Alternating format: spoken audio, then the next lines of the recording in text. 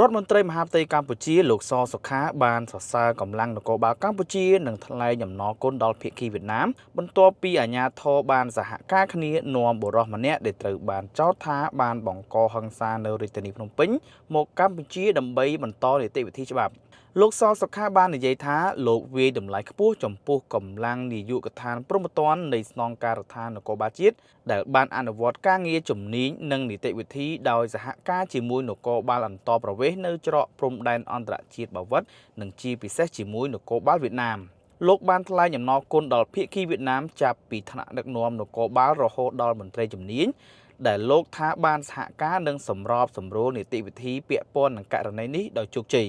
កាលពីថ្ងៃទី24ខែសីហាលោកឆេងភិរុនត្រូវបានសមត្ថកិច្ចនាំខ្លួនមកដល់រាជធានីភ្នំពេញបន្ទាប់ពីបានរត់គេចទៅប្រទេសវៀតណាមក្រោយមានការចោទប្រកាន់ថាបានបង្កហិង្សានៅទីតាំងមួយក្នុងរាជធានីភ្នំពេញគួរឲ្យដឹងថាហេតុការណ៍ហិង្សាបានកើតឡើងនៅវេលាម៉ោង2រំលងអធ្រាត្រឈានចូលថ្ងៃទី23ខែសីហា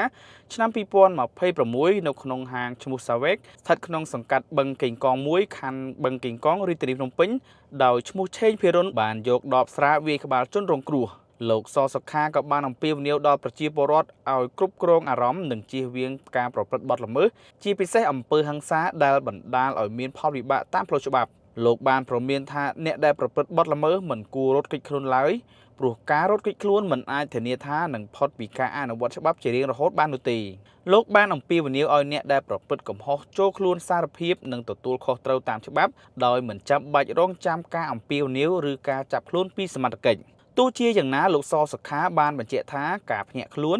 និងការចូលសារភាពដោយស្ម័គ្រចិត្តគឺជាស្ថានភាពដែលមន្ត្រីអនុវត្តច្បាប់នៅតែស្វាគមន៍ការនាំខ្លួនលោកឆេងភិរុនត្រឡប់មកកម្ពុជាវិញបង្ហាញថាកិច្ចសហប្រតិបត្តិការរវាងសមត្ថកិច្ចកម្ពុជានិងវៀតណាមក្នុងការដោះស្រាយករណីពាក់ព័ន្ធនឹងជនសង្ស័យឆ្លងព្រំដែនគេចខ្លួនពីការអនុវត្តច្បាប់